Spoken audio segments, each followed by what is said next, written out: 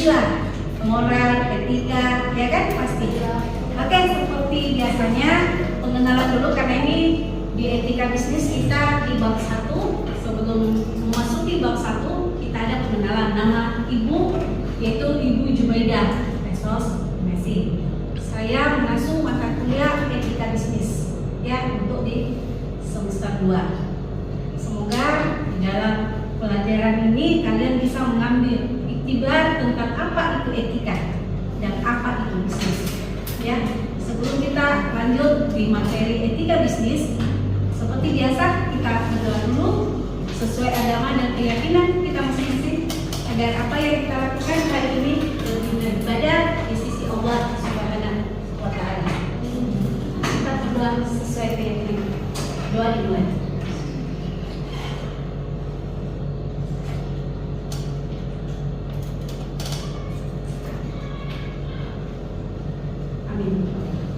Sebelum saya memulai tentang mata kuliah etika bisnis, saya ingin bertanya kepada kalian, apa itu etika?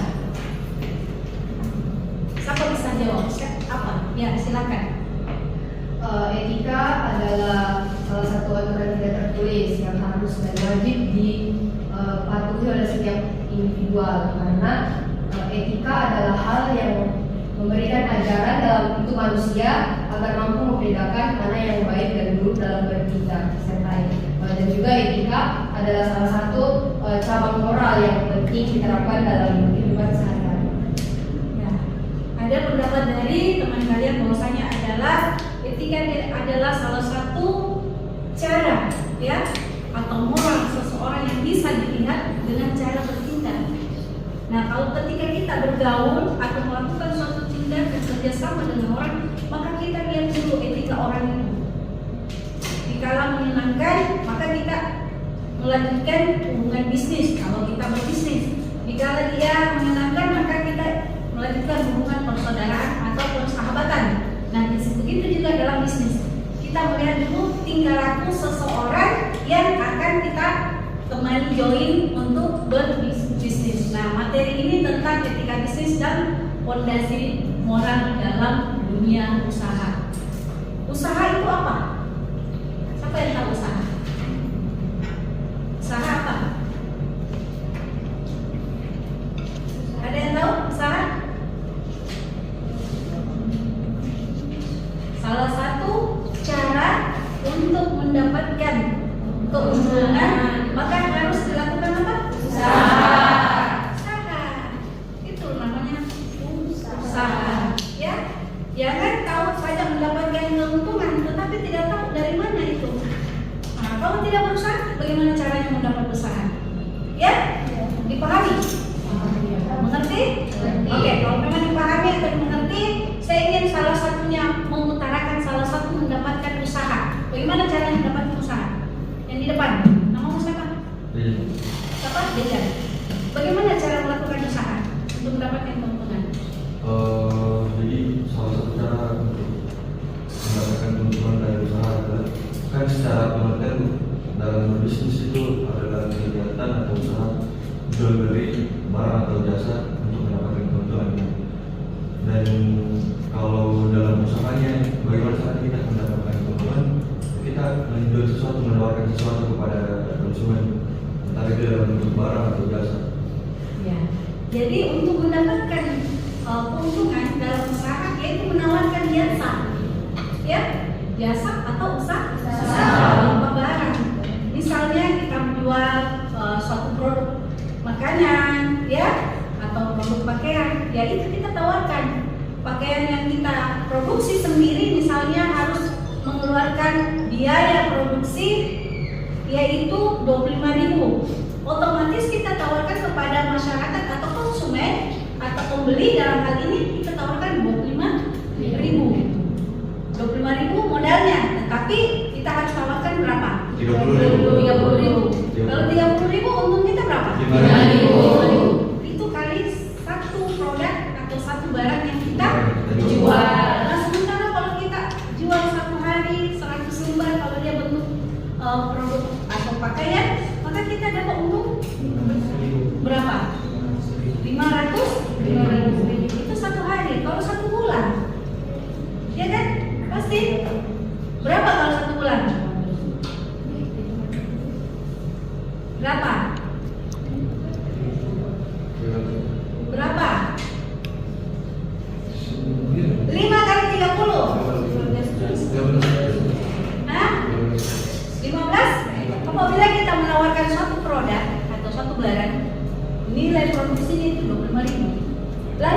kita harus jual berapa? 30.000. Kalau kita jual 30.000, berarti kita mendapatkan 5.000. 5.000. Kalau kita jual dalam satu hari, misalnya berupa baju atau pakaian 100 lembar, maka kita dapat untung satu hari berapa? 500.000. Nah, kalau kita menjual dalam satu hari, tiap hari itu kita jual 100, selama sebulan kita dapat berapa? 15 juta. 15 juta. Nah, untung 15 juta lah ini yang akan dijadikan modal balik untuk menambah usaha kita. Itu yang namanya usaha. Bagaimana mendapatkan keuntungan sehingga keuntungan itu bisa dijadikan modal, sehingga orang mengatakan bertambah modalnya, bertambah produknya, karena ada keuntungan yang didapatkan di dalam berniaga atau berusaha. Ya, oke, dipahami dari sini apa itu bisnis? Ya, bagaimana cara untuk mendapatkan keuntungan? Oke, kita ke materi yaitu pengertian dari etika bisnis. Ya, saya akan jelaskan apa itu etika bisnis. Kalian bisa lihat, etika bisnis bisa juga dikatakan bahwasannya merupakan nilai moral dan prinsip yang mengatur perilaku. yang mengatur perilaku. Yang kedua, etika bisnis juga bisa dianggap bahwasanya prinsip moral yang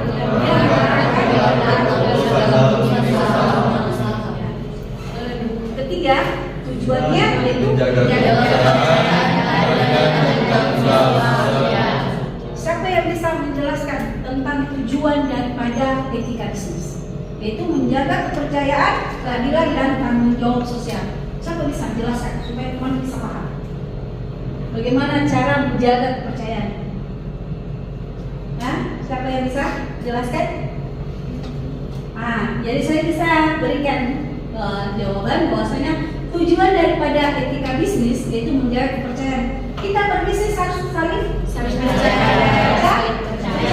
Apabila klien atau teman kita atau customer kita tidak percaya sama kita dalam bisnis, maka kita tidak dianggap sebagai orang yang bisa dipercaya.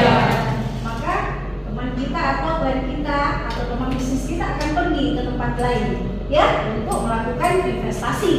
Nah, sementara kepercayaan dan keadilan tanggung jawab, apabila seseorang mempercayakan kepada kita untuk usaha kerjasama, maka hal itu harus diutamakan, harus kita pegang erat. Itu namanya tanggung jawab. Kalian sebagai mahasiswa, tanggung jawabnya kepada orang tua apa? Kalau sebagai mahasiswa, tanggung jawab pada orang tua apa? Harus apa? Harus apa? Rajin belajar, menjaga nama baik orang tua, ya? Harus begitu kan? Nah, begitu juga di dalam bisnis, harus menjaga nama baik perusahaan atau nama pribadi kita di dalam menjalin hubungan kerjasama sesama pebisnis. Ya kan? Sama kan? Untuk mencapai apa? Untuk mencapai tujuan. Kalian kalau sebagai mahasiswa, tujuannya untuk kerjasama dalam kelas sehingga mendapatkan nilai bagus kan? Nah, tanggung jawab kepada orang tua supaya apa jadi? Tujuan kamu jadi sarjana itu apa? Cari lapangan kerja. Begitu juga kita di dalam bisnis, tujuannya untuk kerjasama dengan orang lain agar lapangan kerja itu semakin mudah, semakin banyak orang yang bekerja sama dengan kita. Oke? Bisa dipahami? Betul? Apa yang kalian bisa pahami tentang kerjasama dan dengan tanggung jawab yang cukup tinggi? Oke? Oke, kita lanjut ke materi berikutnya yaitu tentang prinsip-prinsip etika bisnis. Kamu yang depan baca. Yang pertama apa? Kejujuran dan transparansi. Kamu apa itu kejujuran dan transparansi? Apa itu kejujuran dan transparansi? Kamu apa itu kejujuran dan transparansi? Kalau menurut saya Bu, kejujuran dan transparansi dalam dunia bisnis itu adalah, kalau transparansi itu tidak boleh ada yang ditutup-tutupi, harus transparan secara terang-terangan.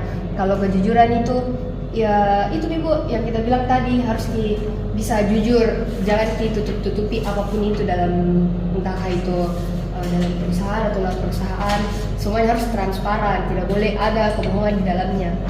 Jadi yang dimaksud dengan kejujuran dan transparan adalah segala sesuatu harus diperlihatkan, harus benar, ya, tidak ada kebohongan di dalam berbisnis. Jangan sampai teman bisnis kita dirugikan atau kita sendiri rugi, dikatakan untung, itu tidak boleh sama sekali ya. Jadi kalau memang kita dapat keuntungan, maka kita sampaikan kita untung sekian, rugi sekian. Itu namanya transparan, terbuka, ya.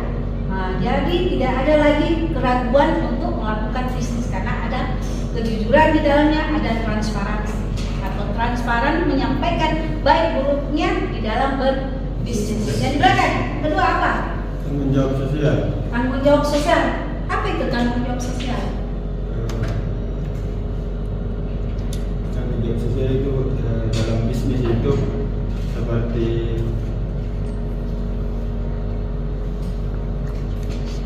Kamu apa itu tanggung jawab sosial? Kamu apa tanggung jawab sosial? Tanggung jawab sosial itu biasa kalau dalam dunia bisnis biasa disebutkan dengan jasa atau corporate social responsibility. Dan dari jasa tanggung jawab sosial itu kayak lebih memerhatikan aspek-aspek sosial dalam berbisnis. Kayak misalkan suatu perusahaan ingin membuat pertambangan, dia harus memperhatikan aspek-aspek lingkungan yang ada di sekitar seperti itu. Ya. Yang dimaksud dengan tanggung jawab sosial bukan saja tanggung jawab pada diri sendiri, tetapi lingkungan di mana kita melakukan suatu kegiatan bisnis. Ya, itu harus diutamakan supaya tidak merugikan orang lain. Itu kuncinya di dalam melakukan bisnis. Yang ketiga, yuk, apa itu? keadilan. Apa itu keadilan?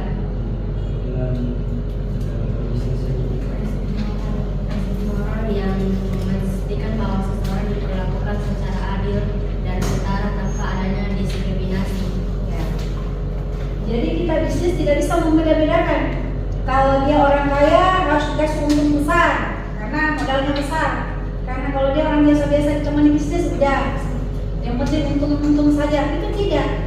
Karena nilai keadilan di sini apapun itu harus kita bagi, siapapun dia harus kita samakan. Itu namanya keadilan dalam berbisnis. Kamu, Datuk, siapa namamu? Datuk ya? Terakhir, apa itu? Menghormati hak? Oh, menghormati hukum. Apa itu menghormati hukum? Apa yang tahu? Mematuhi peraturan undang-undang Ya. dalam menjalankan usaha. Seperti apa contohnya? Seperti kayak skincare yang tidak DPOM, Ya. itu melanggar hukum Ibu. Ya, jadi menghormati hukum adalah di dalam kita berbisnis ada hukum yang harus kita junjung tinggi. Kalau kita melanggar, maka kita dikenakan sanksi. Seperti bisnis apa tadi? Skincare Ah, yang kekayaan Ibu. Karena sekarang itu banyak produk-produk yang menyalahi hukum. Lain yang dikasih masuk di Bepom, ya, diperiksa, lain yang diproduksi atau lain yang dijual. Ya, katanya ada merkuri, contoh kayak gitu. Tetapi pasti ada merkurinya karena membuat orang kinclong. Tidak mungkin orang bisa putih seketika kalau tanpa ada merkuri. Bukan juga merkuri, tapi bahan tambahan kimia yang bisa merusak atau merugikan orang lain. Jadi kita harus dipayungi hukum sehingga baik konsumen dan produk yang diberikan kepada konsumen harus terjaga dengan baik sehingga tidak ada yang dirugikan. Kamu yang pakai kotak hitam, yang terakhir apa? Menghormati hak karyawan yang pelanggan. Menghormati hak karyawan dan pelanggan. Yang mana itu dihormati hak pelanggan? Yang mana pelanggan? Pelanggan itu dia kan konsumen Bu. Ya. Kita harus menghormati dia sebagaimana dia kan ada ibaratnya Bu, pembeli adalah raja. Jadi kita harus menghormati apa yang telah dia berikan kepada kita, apa yang telah dia beli jasa kita ataupun usaha kita begitu. Kayak halnya begitu. Jadi dalam hal ini namanya servis, Ya, kita harus berikan pelayanan yang terbaik kepada pelanggan. Karena kalau pelanggan kita berkurang, maka pendapatan kita berkurang. Begitu juga dengan karyawan. Kalau kita istimewakan karyawan yang penting, karyawannya itu rajin, ya, mencapai target, kita berikan dia bonus. Ya, jangan segan-segan kasih senang karyawanmu, karena rezeki kita sebagai pengusaha, misal itu di tangan karyawan dan di tangan pelanggan. Itulah gunanya kita harus menghormati namanya hak pelanggan dan hak karyawan, sehingga apa yang kita lakukan bisa tercapai dengan baik. Kita lanjut, yaitu pentingnya etika dalam bisnis. Yang siapa tahu yang pertama itu meningkatkan reputasi perusahaan. Apa yang masuk meningkatkan? Apa itu meningkat? Tumbuh, ya. Reputasi perusahaan berarti nama baik perusahaan. Jadi meningkatnya reputasi perusahaan tergantung dengan apa yang diberikan perusahaan kepada pelanggan atau karyawan berkaitan dengan materi yang tadi, ya. Jadi di sini harus kita perhatikan. Kedua, membangun kepercayaan konsumen. Siapa itu konsumen? Pelanggan. Seperti siapa? Kita katakan, ya. Apabila kita mengkonsumsi suatu produk, maka kita sebagai konsumen, ya. Nah, ini harus kita pegang kepercayaan konsumen, sehingga apa yang kita lakukan bisa bermanfaat buat diri sendiri dan orang lain, ya. Ketiga, mencegah konflik hukum. Apa itu mencegah konflik hukum? Menaati peraturan yang ada dalam hukum ketika itu berbisnis. Ya, jadi mencegah sehingga tidak terjadi kisruh. Misal kita merugikan orang, mencemarkan nama baik orang, merusak produksi orang, ya, atau kita sebagai konsumen dirugikan, perusahaan itu harus berhubungan dengan hukum. Yang banyak terjadi ini banyak pengusaha yang terlilit bukan saja utang, berhubungan dengan hukum karena menyalahi aturan apa yang dia produksi, apa yang dia lakukan. Karena banyaknya pelanggaran di dalam produksi. Seperti contohnya apa tadi? Skincare. Itu berhubungan dengan hukum. Karena kenapa? Produknya lain disampaikan konsumen lain, sehingga kita banyak dirugikan. Makanya kalau masyarakat dirugikan pasti berhubungan dengan hukum. Dan terakhir, menjaga hubungan jangka panjang. Yang mana itu menjaga hubungan jangka panjang? Haruskah kita bagaimana? Ya, kejujuran dan transparansi, sehingga baik pihak konsumen maupun pihak produk, ya, itu bisa terjalin sampai tak ada yang bisa memisahkan. Artinya, karena kenapa? Saling kepercayaannya, ya, saling kepercayaan kepada kita seperti konsumen. Walaupun ada produk lain atau merek lain yang lebih murah ditawarkan, tetapi kepercayaan kepada kita, maka dia akan tidak bergeser atau pindah di produk lain karena dia anggap bahwasanya kita punya produk sangat terpercaya. Itulah yang dinamakan menjaga hubungan jangka panjang. Ya, dipahami ya? Bisa dimengerti? Saya ada contoh yang bisa dijadikan dasar bagaimana kita bisa melakukan hal ini atau tidak bisa melakukan apabila kita sebagai pengusaha dan jenang, ya. Ada beberapa etika yang harus dipahami di dalam etika bisnis. Contoh kasus yaitu manipulasi keuangan, misalnya error, yaitu seperti apa itu manipulasi data, yaitu data keuangan. Seperti apa misal? Contoh, misal seperti apa? Depan, seperti apa manipulasi data? Ini contoh kasus dalam etika bisnis. Contoh seperti apa? Kayak merubah data yang asli terus memasukkan data yang tidak sesuai. Nah, misalnya melaporkannya keuntungannya 30 juta, dia cuma lapor 20 juta, 10 juta masukkan problem atau dibagi sama teman-teman yang Yang dirugikan siapa? Ya. Yang kedua, misalnya menyampaikan sesuatu yang tidak sebenarnya kepada perusahaan. Misalnya biaya produksi. Suatu perusahaan biasanya memproduksi misalnya pakaian, yang biaya produksinya hanya 10 juta, dia sampaikan kepada pihak perusahaan harus sampai 15 juta, mengingat harga pada naik. Dan tidak, tetap 10 juta. Ya, jadi keuntungan 5 juta kemana? Di korupsi, ya, karena dia manipulasi data. Yang bagian keduanya itu pelanggaran hak buruh. Yang mana itu pelanggaran hak buruh? Pasti kalian tahu. Pelanggaran hak pekerja. Iya. Buruh itu adalah pekerja. Misalnya berupa apa? Upah di bawah UMR. Pertama. Kedua, tidak membayar upah buruh tepat waktu. ya. Ketiga, Yang kerja berlebihan. ya. Keempat, yang paling sangat dinantikan oleh buruh yaitu keempat apa? Memberikan bonus. Pada buruh itu jarang terjadi. Ya, memberikan bonus kepada buruh yaitu berupa setengah gaji daripada UMR yang mereka terima misal, atau 1 kali gaji dalam 1 tahun. Ada sih biasa namanya kalau THR kayak gitu, tapi itu berupa barang. Tapi kalau berupa uang itu jarang. Nah itulah yang harus diperhatikan oleh pihak perusahaan sehingga harus diistimewakan nilai itu buruh. Karena besarnya perusahaan tergantung dari kerjanya buruh. Kalau buruh sangat baik, kalau pelihara, maka produkmu pasti lancar, ya kan? Pasti mencapai target. Itu harus diperhatikan. Karena buruh itu bagaikan anak kita, harus kita jaga baik dari kesehatannya, keselamatannya, harus diperhatikan itu. Dia sakit kita perhatikan kesehatannya, ya. Dia celaka harus kita perhatikan juga, kita kasih santunan. Biasa kalau perusahaan masa bodoh, karyawan atau buruhnya itu kecelakaan, tidak juga dia kunjungi, tetapi tidak juga dia sambungi. Nah itu melanggar namanya hukum, ya. Itu harus kita perhatikan sebagai pengusaha. Kalau buruh itu merupakan bagian dari diri kita. Karena besarnya buruh, ya, kuatnya buruh untuk bekerja, maka perusahaan kita akan juga kuat, ya. Produksi kita juga akan banyak. Yang ketiga apa? Korupsi dan suap. Korupsi dan suap ini sama dengan yang di atas.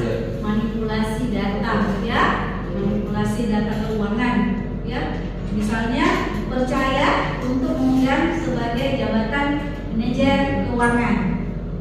Ya, hitung-hitung setiap laporan per bulan itu tidak sesuai dengan apa yang dilaporkan. Pasti perusahaan itu mengalami kerugian. Nah, kalau perusahaan selalu mengalami kerugian, maka perusahaan itu akan mengalami apa? Jangankan direktur atau yang punya bisa dapat untung, malah perusahaannya juga bisa dijual sama orang lain. Itu bahayanya kalau kita mempercayai baru tidak dikontrol. Jadi kalau kita mempercayai orang sebagai manajer keuangan, kita sebagai pemilik perusahaan juga harus mengontrol siapa dia, bagaimana cara kerjanya, apa betul. Kalau kau tidak bisa mengontrol secara pribadi karena kau punya skill tidak sampai, percayakan kepada orang lain. Intelijennya dia, supaya kamu punya perusahaan bisa terjaga. Itu gunanya untuk mengetahui bagaimana perkembangan perekonomian di dalam perusahaan. Intinya di sini adalah manajer keuangannya atau bagian keuangan. Nah, kalau bagian keuangannya hancur, otomatis perusahaan itu juga akan hancur. Yang keempat, apa itu? Yang mana itu iklan yang menyesatkan? Iklan yang mengandung informasi palsu. Palsu seperti Yang apa? dapat mempengaruhi konsumen.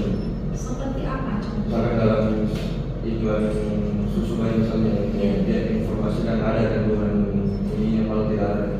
Oh begitu. Menyalahi ya, misalnya di dalam memproduk seperti susu baby, ya, ada komposisi yang tidak bisa diminum. Padahal bisa, tetapi dia menyampaikan bahwasanya hal itu tidak bisa dikonsumsi kepada baby, maka akan merusak nilai citra produk itu, sehingga perusahaan itu akan mengalami kerugian. Itu bahayanya juga kalau melakukan iklan yang tidak sesuai dengan apa yang dijual kepada konsumen, seperti produk obat, ya. Misalnya kalau kita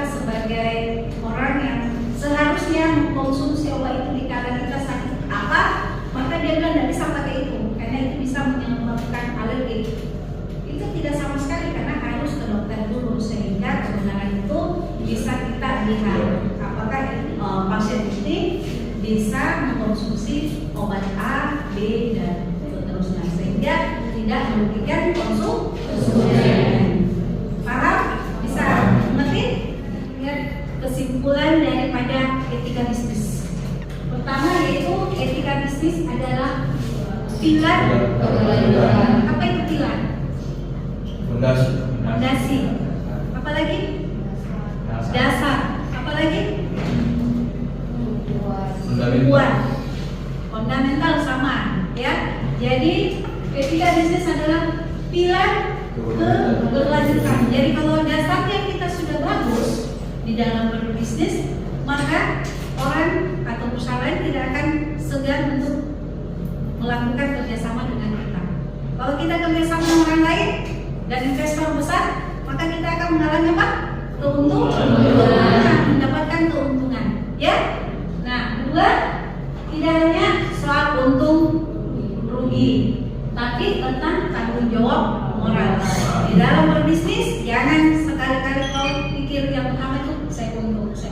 Tapi bagaimana keuntungan itu yang kau dapatkan menjadi tanggung jawabmu. Di mana kau dapatkan keuntungan ini? Apa yang kau lakukan? Ya, jangan asal pikir saya untung, tetapi keuntungan harus disertai dengan tanggung jawab agar rezeki kita jadi apa? Mengalir dan berkah. Ya. Yang ketiga, penting diterapkan sejak awal, yaitu pertama kejujuran, transparan, ya, tanggung jawab, ya, integritas atau moral, ya. Itu pentingnya untuk menjalin kerjasama di dalam bisnis. Inilah pilar yang utama, yaitu kejujuran, integritas, ya, tanggung jawab, baik tanggung jawab sosial maupun pada tanggung jawab diri sendiri, sehingga apa yang kita lakukan pasti mendapat keuntungan yang berkah. Itulah bisnis. Sampai sini ada pertanyaan? Ada yang kalian mau bertanya tentang apa itu etika, apa itu bisnis? Ada? Oke, kita akhiri perkuliahan ini. Semoga apa yang saya sampaikan tadi bisa kalian pahami dan bisa kalian jadikan modal kelak apabila Anda atau saudara Anda semua ingin menjadi pengusaha sukses. Amin. Assalamualaikum warahmatullahi wabarakatuh.